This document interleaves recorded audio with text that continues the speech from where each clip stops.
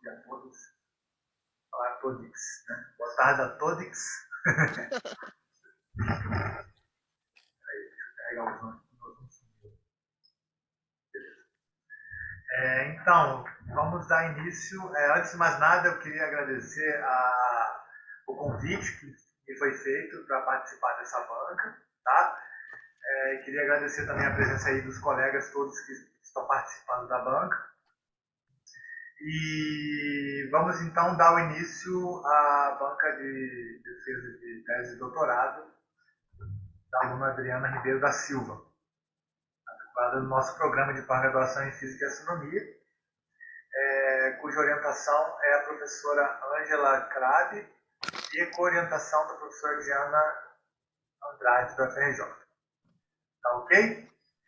Então, Adriana, você tem aí por volta de 50 minutos, né, para fazer a sua explanação, e na sequência nós iremos fazer a arguição seguindo aí uma ordem que normalmente a gente utiliza, que são os professores mais distantes primeiro a falar. Certo? É claro que se a orientadora, né, e as orientadoras quiserem fazer alguma colocação, tem abertura para isso, tá ok? No Zoom, descompartilha e compartilha sem tirar aplicativo. Só um minuto, gente. Só para fechar o microfone aí, pessoal, Isso. por favor. Vamos, pessoal, quem puder fechar o microfone, deixar o microfone aberto só no momento que for falar, ajuda bastante. Gente, assim, vocês não estão vendo minha tela cheia, né? Você talvez precise dar um... Estamos vendo sim, não estamos? Então, eu estou vendo. Você só precisa clicar apresentação de slides, ou F5. Já está, para mim já está no modo de apresentação, já apertei F5. Para Então, vocês não. não. Não. Muda um slide, talvez. Então tá, então eu vou sair e compartilhar de novo. Isso, tem que compartilhar a tela. Talvez você tenha compartilhado o programa, o PowerPoint, entendeu? Tem que compartilhar a tela do monitor. Peraí, só um minuto.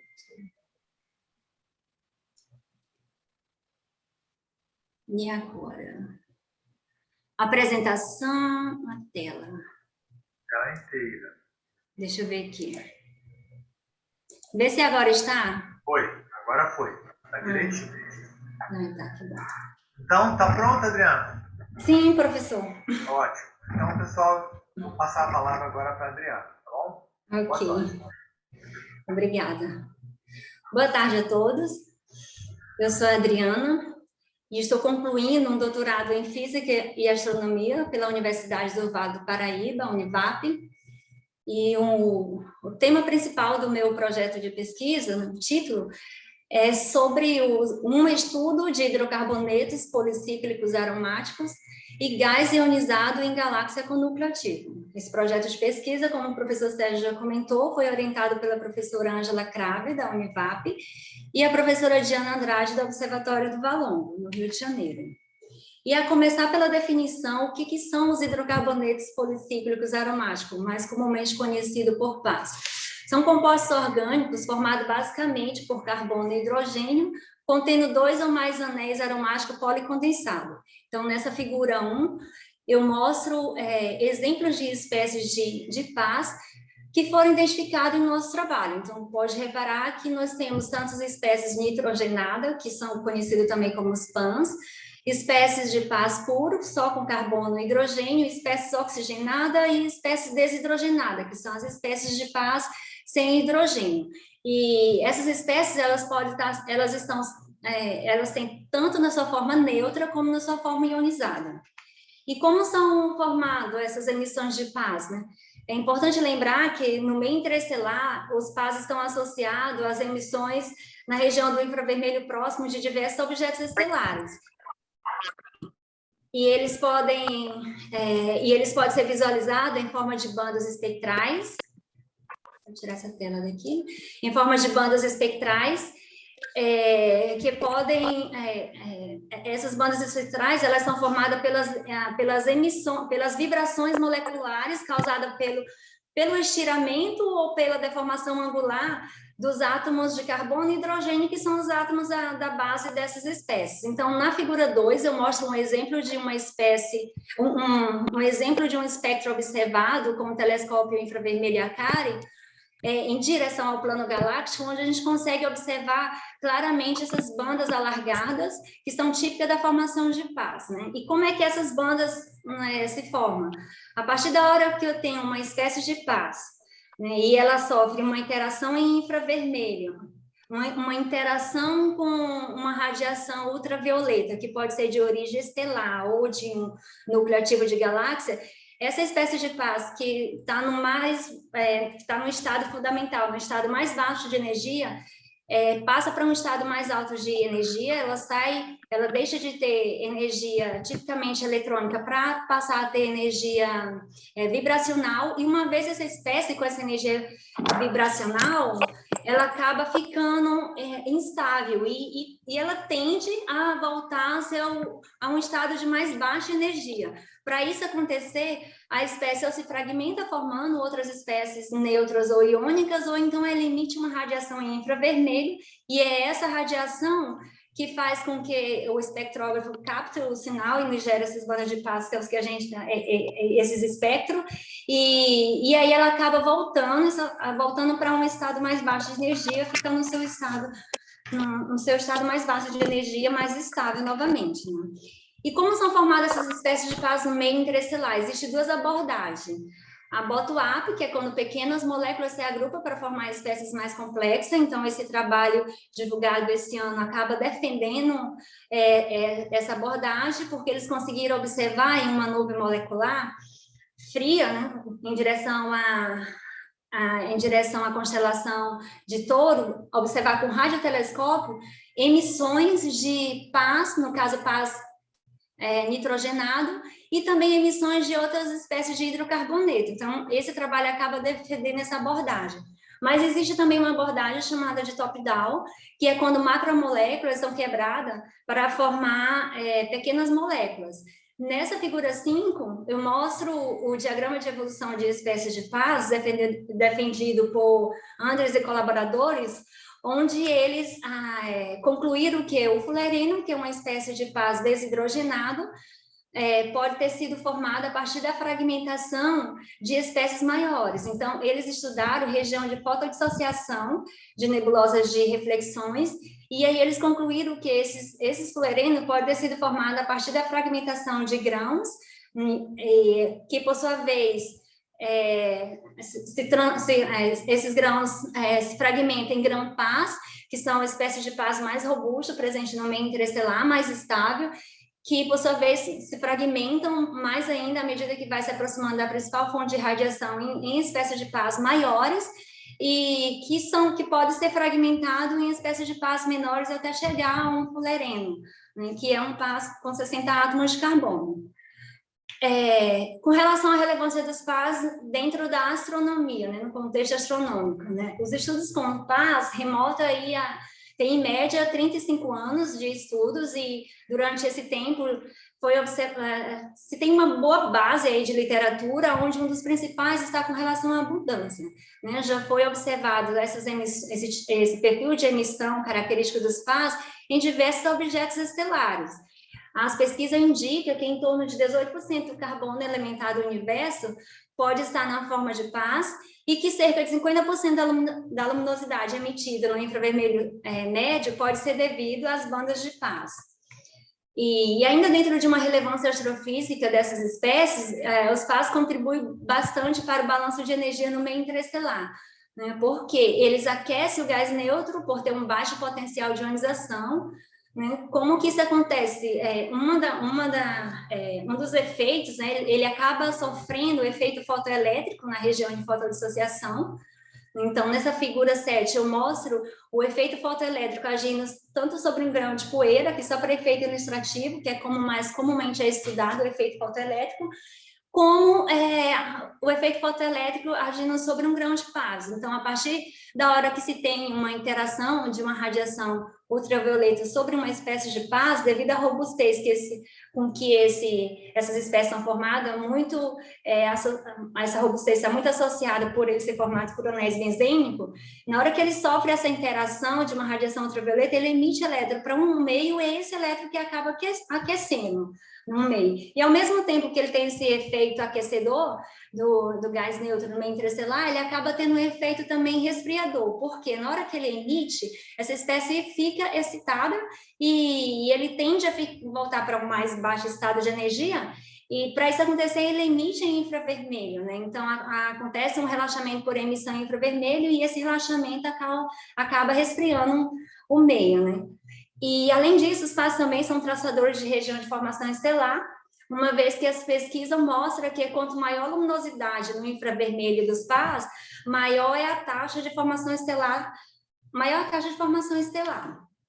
E agora, trazendo a relevância dos pás um pouco para a astroquímica, né?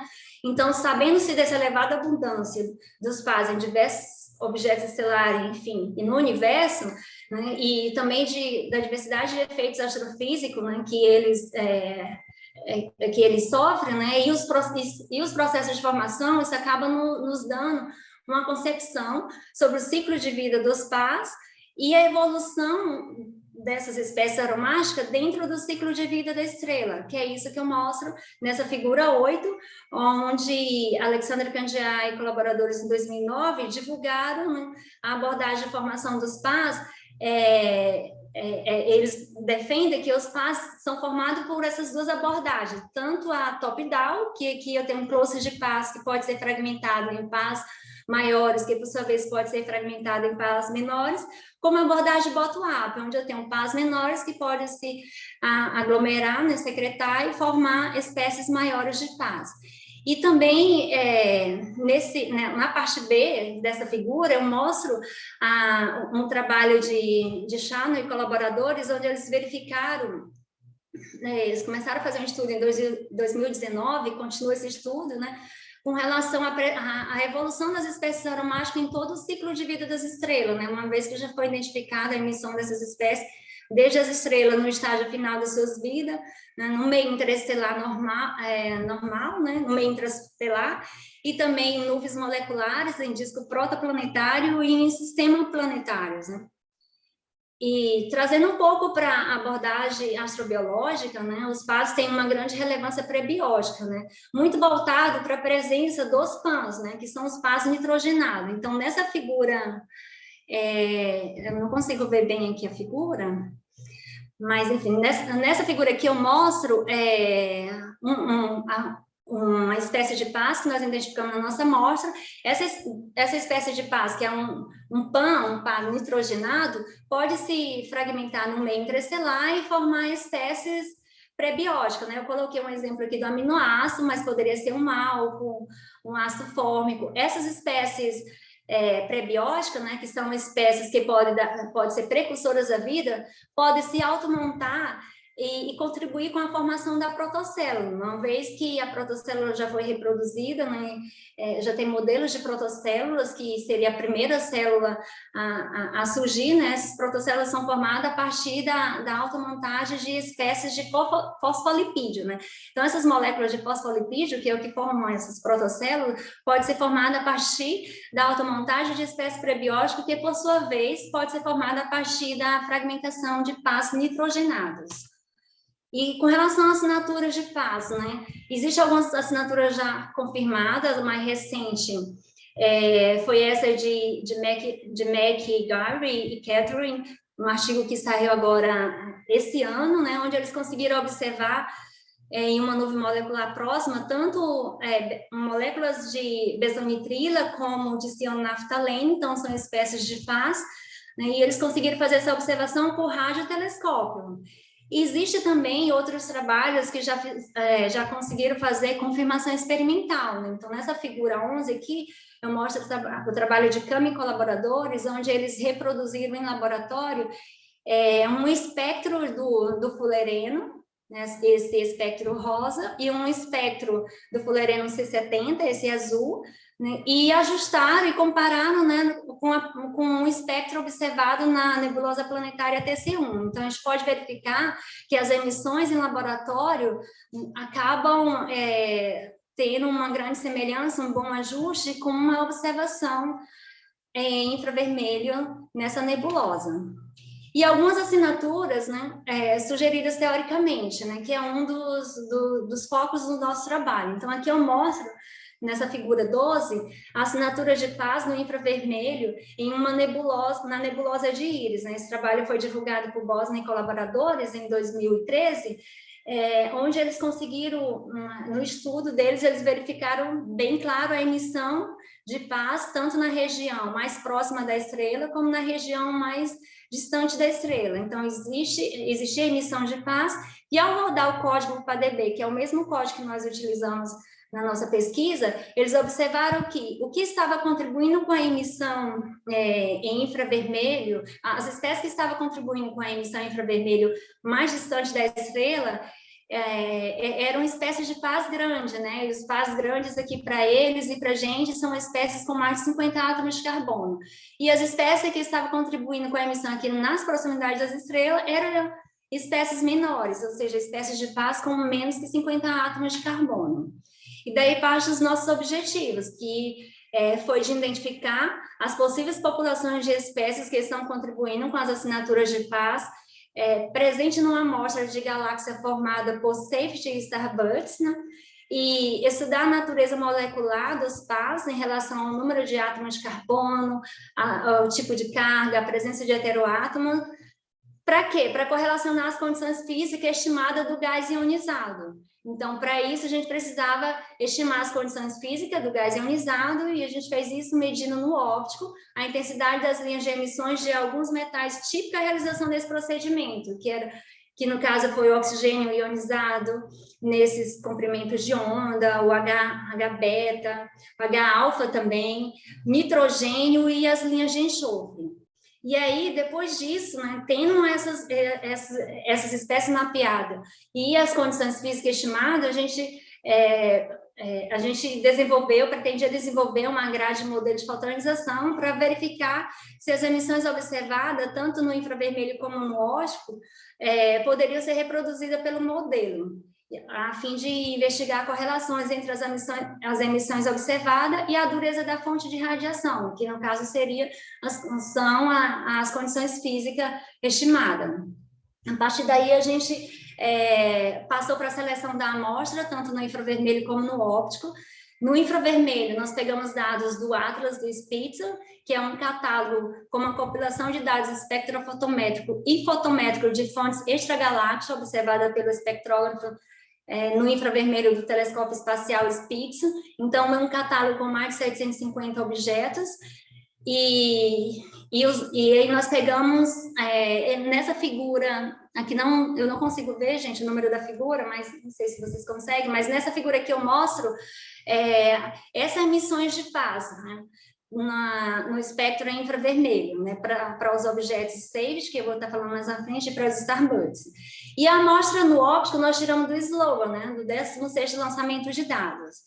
E qual foi o critério, a característica de seleção da amostra? Nós pegamos galáxias safety e starbursts, porque a gente via claramente nas safety e nas starbursts emissões explícitas das espécies de paz. E lembrando aqui que a principal diferença entre esse tipo de objeto está relacionada à fonte de ionização, enquanto as safety, elas são... A fonte de ionização é não térmica, ou seja, é ocasionada pelo buraco negro ativo. As galáxias starbursts, a sua fonte de ionização é ocasionada por estrelas, né, com tipo espectral O e B. E aí nós pegamos galáxia com redshift local, o Atlas tem redshift até 3, mas nesse primeiro momento nós pegamos só até redshift 0.04, né? E pegamos no infravermelho, analisamos o comprimento de onda de 5 a 15 micrômetros, porque são nessas regiões onde a gente tem a maioria das emissões mais típicas, mais conhecidas, emissões de paz mesmo, né, E aí nós pegamos espectro equivalente às mesmas regiões observadas. O que é isso? Se no infravermelho nós pegamos o espectro de uma região nuclear do objeto, no óptico nós pegamos da mesma região nuclear, né? Só que no óptico. Então aqui a gente consegue ver, nessa figura aqui, eu mostro o espectro bruto, tanto do infravermelho como do óptico, onde no infravermelho a gente vê claramente as emissões de paz, e no óptico a gente vê as linhas de emissões, as quais a gente queria medir, para posteriormente fazer as estimativas das condições físicas, e aí sim partir para um estudo de correlação das condições físicas com as emissões em infravermelho. Então, principalmente no óptico, né, que são esses dados brutos, a gente consegue ver, principalmente nas Starbucks, a gente consegue ver a absorção de estrela, então, aqui é o espectro bruto, né? E aí, aqui nessa tabela eu apresento a seleção da amostra, né? São os 12 objetos que nós estudamos, então, tanto Safety como Starbucks. E aí a gente acabou sabendo que era, nós selecionamos Safety e Starbucks, né? A gente teve uma necessidade de fazer a análise do diagrama diagnóstico, DBT, que foi um diagrama sugerido por Bentley, Phillips e Television, né, em 1981. Esse diagrama, posteriormente, ele foi revisado por Curie. Essa linha aqui do meio é a linha estipulada por modelos de fotoionização, e a linha aqui de baixo, que foi revisada por Kaufman, já é uma de observação empírica. Esse diagrama, ele permite a gente distinguir com relação à principal fonte de ionização, se é uma galáxia que tem a fonte predominantemente ionizada por AGN ou por galáxias Starbucks, né? Então, ele consiste em segregar as intensidades dos fluxos dos metais de maior ionização, que no caso seria o oxigênio, o íon de oxigênio ionizado, né? 2 vezes, né? E o do nitrogênio. Então, a gente fez esse diagrama diagnóstico com nossos pontos, né? Com nossos pontos observados aqui em azul, com a nossa amostra em azul. Então, a partir daqui, a gente verificou que a maioria da nossa amostra tem um perfil de ionização mais voltado para a AGN. Então, por isso que a partir daqui, a gente acabou chamando mais nossas amostras com principal fonte de ionização ocasionada pelo núcleo ativo, pelo buraco negro. Né? E aí a gente partiu para a análise em infravermelho. Né? Dentro da análise infravermelho, após baixar o espectro lá do Spitzer, né, e corrigir o redshift, um dos primeiros tratamentos foi a decomposição espectral. Ela foi necessária porque as emissões de paz vêm junto com outras emissões. Então, nessa figura 18 aqui, eu mostro a decomposição espectral da NGC 4676 no perfil, quer dizer, na faixa espectral que nós estávamos estudando, onde a gente consegue ver que a emissão aqui tem emissões de paz, tem emissão de contínuo, emissão por metais, emissão por poeira, emissão por estrela. Então, a gente precisaria fazer essa segregação só das emissões de paz, uma vez que nesse momento aqui, a gente queria estudar só os pás. E aí a gente fez isso usando o código PAFISH, que é um script em DL desenvolvido para decompor espectros de paz do espectrógrafo infravermelho do telescópio espacial Spitzer, né, em baixa resolução. E o código usa para fazer a separação das emissões de paz o perfil de Drude, que nada mais é que medir a intensidade de cada uma dessas bandas de paz, realizando o cálculo da seção de choque dele, né, considerando a intensidade central da banda, a intensidade no centro da banda, né, a largura meia altura da banda e o comprimento de onda que está sendo analisado. Uma vez feito essa segregação dos pás, das emissões só por pás, a gente passou para o ajuste espectral. Esse ajuste espectral, ele identifica as espécies de pás que estão contribuindo com a emissão no infravermelho das galáxias. Então, como que nós fizemos isso? Nós usamos o código, a versão 3.2 do código PADB, que é um banco de dados de espectro no infravermelho, de espectro no infravermelho de paz do AMES, da NASA, do Laboratório de Pesquisa de Física e Astronomia, Física e Astroquímica. E esse código, ele possui uma biblioteca com mais de 4.000 espécies de pás calculadas teoricamente e medida experimentalmente para uma variedade de objetos com relação ao seu tamanho, estrutura, carga e heteroátomos, e que pode ser analisado de maneira online ou offline. No nosso caso, nós medimos de maneira online, e o código compara o espectro de emissão observado,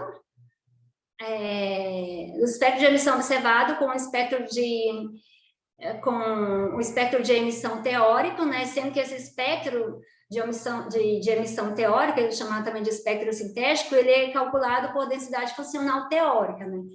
E então o código acaba simulando qual é a estrutura a partir do cálculo de energia, qual é a estrutura que dá para ser formada de paz a partir da vibração que tem entre o carbono-carbono e o carbono-hidrogênio, né? E com uma posterior aferição experimental, né? Então, nessa figura 19, na parte A, a gente mostra um espectro teórico de uma espécie que foi identificada no nosso trabalho. Então, aqui está o espectro teórico e na parte de baixo é o espectro experimental. Então, a gente verifica uma boa similaridade, né?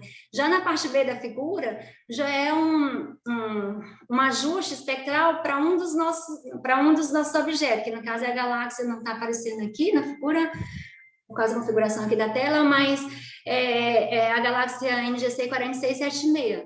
Então, esse código, ele acaba quando a gente faz o ajuste, ele nos diz qual a quantidade de espécies que estão contribuindo com a emissão nesse comprimento de onda, e dessas espécies, qual o percentual de contribuição de cada um. Isso tudo em fluxo, viu, pessoal?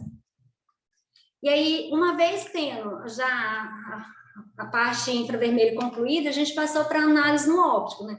Então, após baixar o espectro do slope e fazer a correção por redshift, a gente partiu para o primeiro tratamento de dados, né? Que no caso foi a realização da síntese de população estelar, que nada mais é que a subtração das componentes estelares do espectro observado por meio do código Starlight. Por que a importância disso aqui? Porque, como eu tinha mostrado no espectro bruto, as componentes estelares, elas podem ter absorção. A gente verificou isso principalmente nas starbursts. Essa absorção, se ela estiver no mesmo local que está uma emissão de fluxo de uma linha de algum átomo que a gente vai medir, essa absorção acaba mascarando o fluxo da emissão que eu vou fazer a leitura, né? Então, a gente precisou fazer essa subtração das componentes estelares. Depois disso, a gente passou para a estimativa das intensidades das linhas de emissões. Então, a gente fez a medição das linhas de emissões, né, por ajuste gaussiano, das linhas dos metais que nós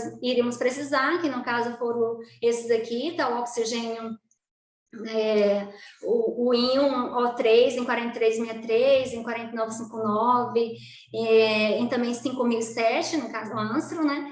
E assim como as emissões dos fluxos de H-beta e H-alfa, as emissões do nitrogênio em 6548 e 6584 e do enxofre. E aí, depois que a gente fez a medida dessas linhas, a gente partiu para a correção por avermelhamento, para a diminuição do efeito da opacidade ocasionada pelo espalhamento e absorção da luz sobre o grão de poeira, né? A gente sabe que também interestelar é cheio de grão de poeira, e esse grão ele pode, né, acabar interferindo na minha leitura, né, porque ele pode tanto absorver como espalhar essa luminosidade, esse fluxo da minha leitura. A gente fez isso usando a lei de extinção interestelar, que está descrita nessa expressão. Uma vez feito esse tratamento, né, nessa tabela que eu mostro já os valores dos fluxos de cada um dos metais que nós fizemos, né, a leitura, para todos os objetos. E na figura 20 aqui eu mostro o espectro óptico observado já bem, com as emissões já tratadas. Essa galáxia aqui é a mesma, 4676, e a gente já para ver, ó, não tem as absorções que apareceu naquele espectro bruto lá originalmente, só tem as linhas de emissões mesmo já prontinha para fazer a leitura, né?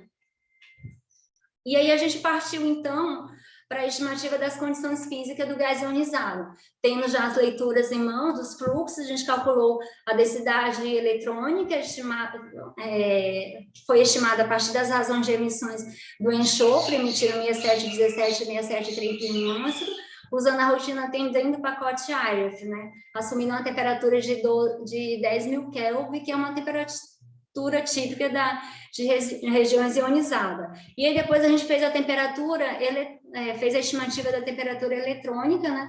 Via as medidas dos fluxos, tanto do oxigênio ionizado 2 vezes como do nitrogênio, aplicando essas equações aqui, que foram derivadas por Rangel em 2007, usando o IREF.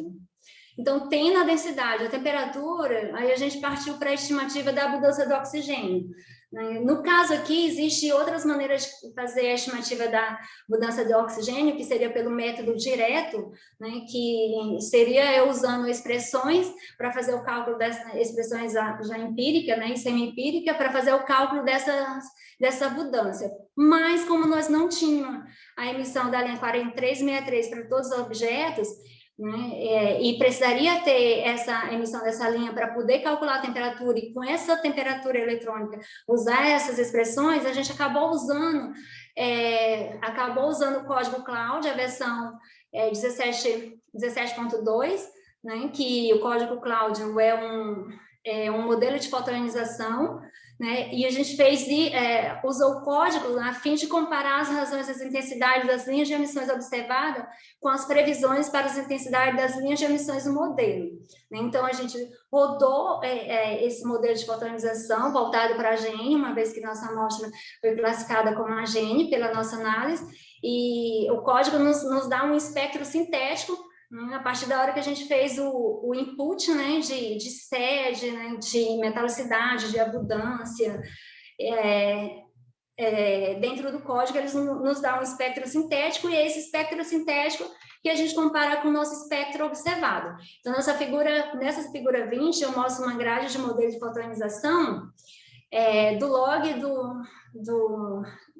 log das emissões de fase em C2 por 11,3, e pelo log do nitrogênio em 6584 por H-alfa. E aí a gente consegue verificar que a nossa amostra são os pontos em azul, né? E a amostra e os pontos em cinza é uma amostra da literatura, que foi de Smith, né? E a parte aqui mais colorida, na horizontal e aqui no vertical, são os resultados do modelo. E a gente consegue verificar que tanto as nossas amostras como a amostra da literatura reproduz bem dentro do modelo, né?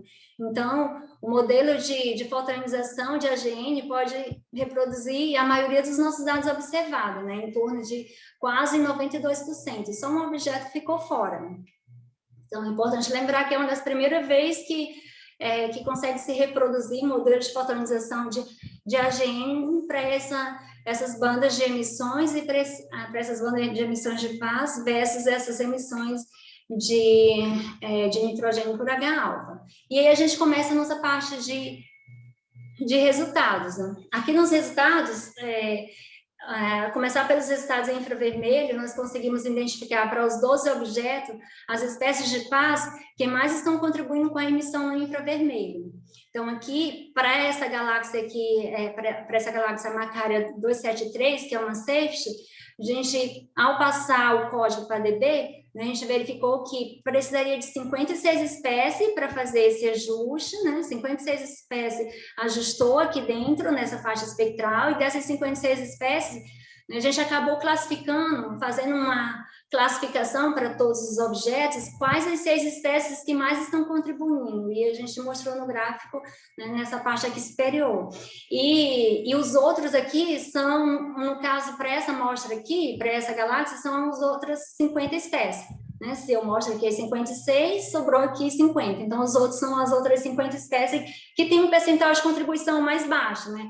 Variando aqui, no caso, de 3,99 até, tem espécie que contribui até com 1%, ou menos que 1%, né? Então, para todos os outros objetos, a gente rodou o código, e o código sempre nos dá a quantidade de espécie e quais são essas espécies, né? E aí nós calculamos a quantidade do fluxo, né, que tem de emissão de cada uma dessas espécies com relação ao fluxo total.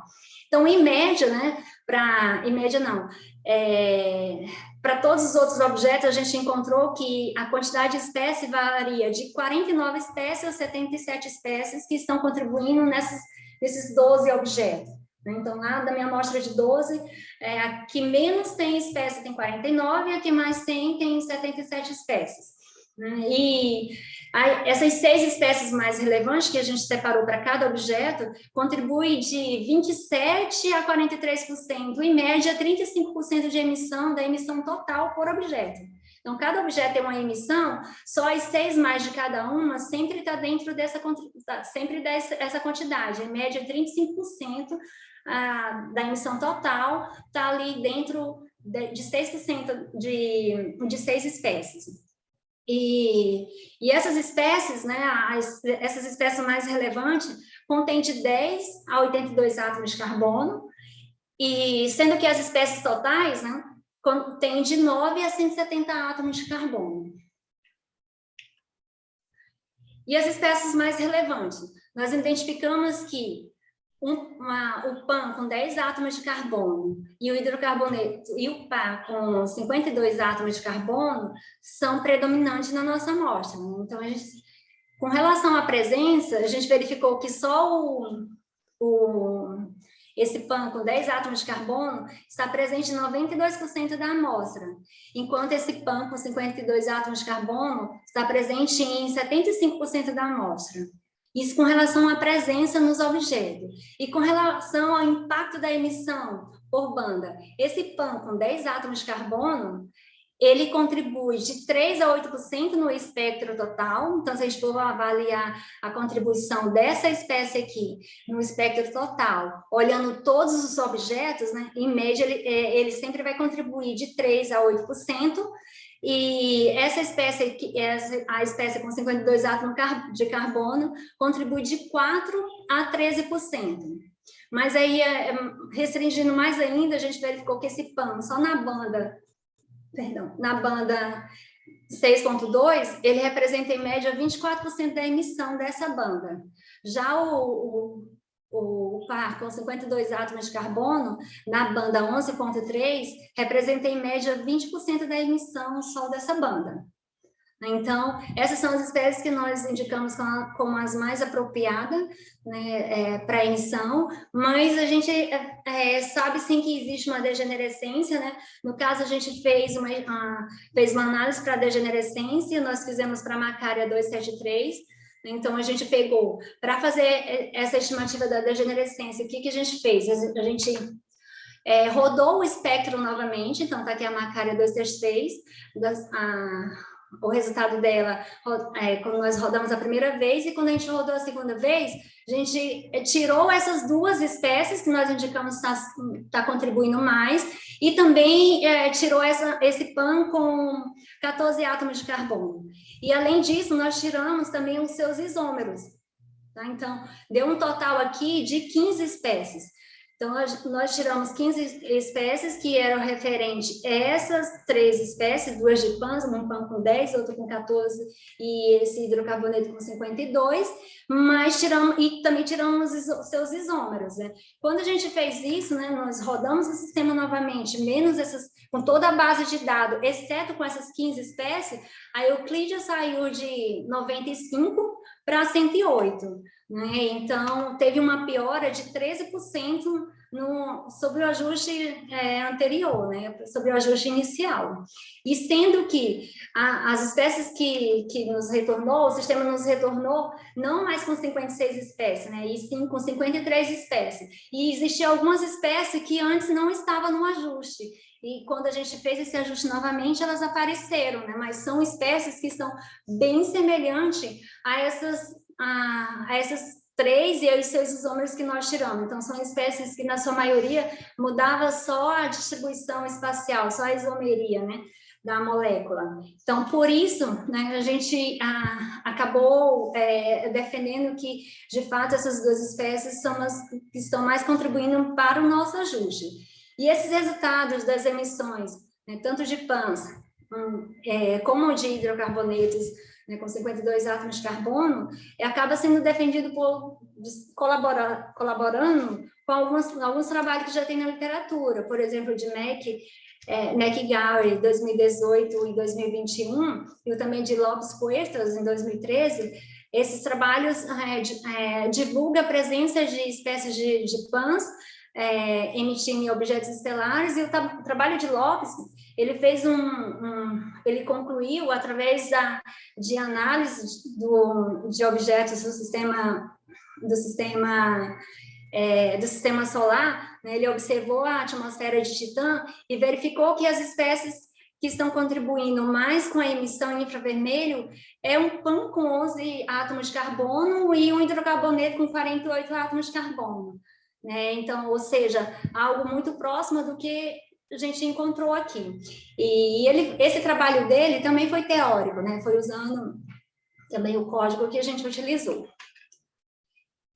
Mas aí, sabendo que essas espécies são as mais relevantes, né, e são apropriadas, mas não são exclusivas, né, porque ao ajustar de novo sem as mesmas, o espectro ajustou, ficou um pouco pior, mas ajustou, a gente acabou agrupando todas as nossas espécies, né, todas as espécies que o sistema indicou, está contribuindo com a emissão em todos os objetos, nessa tabela, né, adaptada ao modelo de Andrews e colaboradores em 2015, onde a gente acabou fazendo 4 separações. Dentre todos os objetos, em média que 30% dos objetos, 30% da emissão dos objetos é ocasionada por pás desidrogenadas, que são os pás, né, sem hidrogênio, e em torno aqui de 50% da espécie é ocasionada por pás puro, que são aqueles pás só com carbono e hidrogênio, e em média aqui 17% de 16 a 17% são emissões ocasionadas por pãs, né? E um valor aqui que é no máximo de 4%, né, tem objetos que não tem nem emissão, são emissões ocasionadas por heteroátomo, que no caso aqui nós olhamos,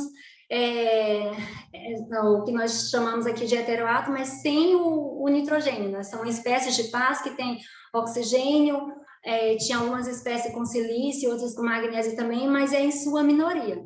Então, a gente consegue verificar, para a amostra completa um certo perfil da quantidade de emissão de pás desidrogenados, o perfil de emissão, o percentual de emissão dos pás puros, dos PANs e dos heteroátomos. E aí, com relação aos hidrocarbonetos policíclicos aromáticos nitrogenados, né, os PANs, esse resultado aqui é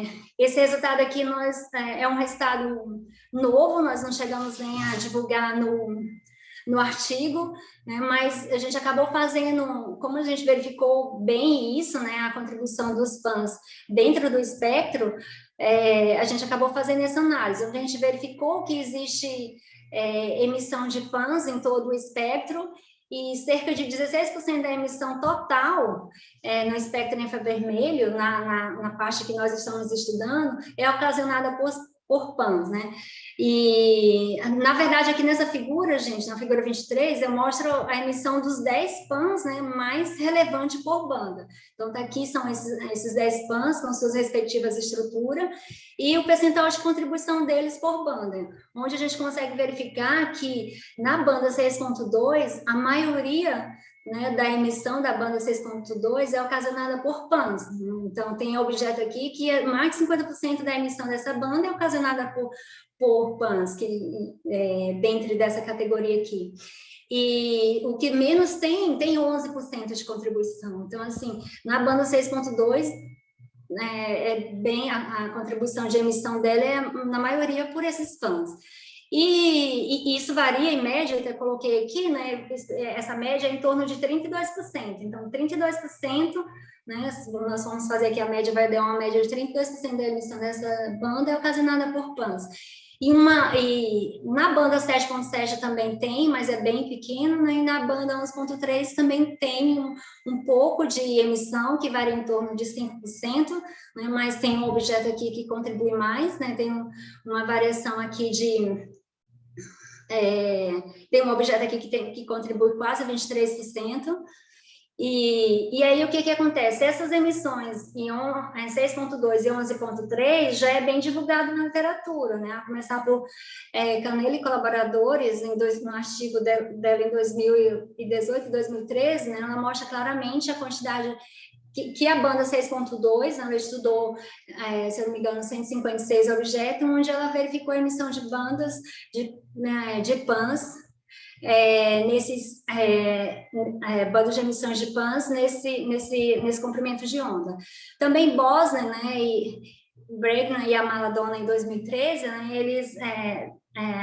eles concluíram que a emissão da banda 6.2 e 11.3 só pode ser reproduzida bem por os PAN, né? Os PAN só podem se reproduzir bem nessas duas bandas. E o trabalho de Herdman é mais experimental, né? Ele conseguiu comprovar experimentalmente que essas espécies nitrogenadas só podem ser reproduzidas nessas duas bandas. Então, no caso aqui, são pesquisas, né? Esses 3 pesquisadores aqui, esses 3 artigos, né, acaba divulgando que existe essa emissão em objetos, né, no interestelar, nesses perfis, mas eles não quantificam, né? Eles não quantificam, eles só dizem que tem emissão, mas não quantificam. E aí por isso que nos despertou esse entusiasmo, né, de fazer a quantificação. E aí, com relação ao tamanho e às cargas das espécies identificadas, a população de pás mostrou-se predominantemente composta por espécies pequenas e neutras, com uma média de 81% de pás pequenas e 68% de pás neutro. Então, nessa figura 24, eu mostro o tamanho dos pás em coluna, e a parte em linha eu mostro com relação à carga, mas essa análise é feita só para as 6 espécies de cada um dos objetos. Então, para as 6 espécies que nós identificamos como ser mais relevante por objeto, a gente fez essa análise para todas as galáxias. Então, a gente pode verificar a coluna cinza é a coluna de pás pequeno e a azul é de pás grande. Então, a gente consegue verificar que os pás pequenos são predominantes em quase todos os objetos, exceto para a NGC 4959, que tem mais pás grandes do que pás pequenos. Já a carga é predominantemente neutra, né, os pás, né, para todos os objetos, exceto também para essa outra galáxia, NGC 52, 56. Então, as espécies são predominantemente pequenas e neutras. Isso acaba conversando com alguns trabalhos já divulgados na literatura, como a de Martins Franco, né, onde ela analisou mais de 750 objetos empoeirados, porque no caso ela analisou todos os objetos do Atlas, e ela verificou que existe uma predominância de pás pequenos e neutro, né? Ela não quantificou, mas não fez essa quantificação, mas ela concluiu que a predominância era de espécies pequenas e neutras. E o trabalho de Bosner, Bragg e Maladona também mostra que a dominância das emissões de moléculas pequenas aumenta com a proximidade da fonte ionizante. Uma vez que a gente está avaliando a região nuclear da galáxia, né, então acaba conversando também. E o trabalho de Dramelin, em 2001, né, eles propuseram que os pás pequenos emitem predominantemente nas bandas 6.2 e 7.7, que é uma das bandas principais que nós estamos avaliando, né? Então, qual a nossa hipótese aqui para defender por que tem mais pás pequenas nessa amostra? Então, a gente acredita que possivelmente esses objetos são jovens ou são poucos evoluídos, né? Uma vez que os pás pequenos se acomodam bem em característica espectral A, né? E segundo Charme e colaboradores, e 67% da nossa amostra, né? Isso é um dado que nós divulgamos lá no nosso artigo, é composta por esses espectros classe A. E aí, com relação... Aqui a gente já começa a fazer a correlação entre os pás, né, os dados em infravermelho, com os dados no óptico. Então, aqui a gente começa a correlacionar os pás versus as condições físicas estimadas. Por quê? Né, as espécies de pás, né, as espécies de pás, tanto em relação à sua estrutura como à sua carga, pode estar diretamente relacionada às condições físicas do ambiente em que essas espécies residem, né? Então, em especial ao campo ionizante, que pode ser caracterizado pelo parâmetro de ionização, ou seja, pelo log de U, né? Que o parâmetro de ionização aqui, tanto, o parâmetro de ionização, né, que ele mede o fluxo de fótons ionizantes do meio, e a abundância de oxigênio pode ser considerada também como abundância metálica, que foi uma das condições físicas que nós estimamos, né? Então, a gente avaliou a razão entre as emissões de paz com a abundância de oxigênio e encontramos uma anticorrelação, né? A gente verifica que, que tem uma diminuição dessa abundância aqui, da quantidade de paz à medida que diminui a abundância de oxigênio, e também tem uma anticorrelação bem forte com o log de U, né? Então, essas razões aqui, elas diminuem com a abundância e com o log de U, né? Com uma correlação, para o caso do oxigênio, com uma correlação com o coeficiente de Pritzker de menos 0,58 para a abundância de oxigênio, e para o log de U com uma correlação com uma correlação de menos 0,99, certo? Ou seja, uma forte correlação.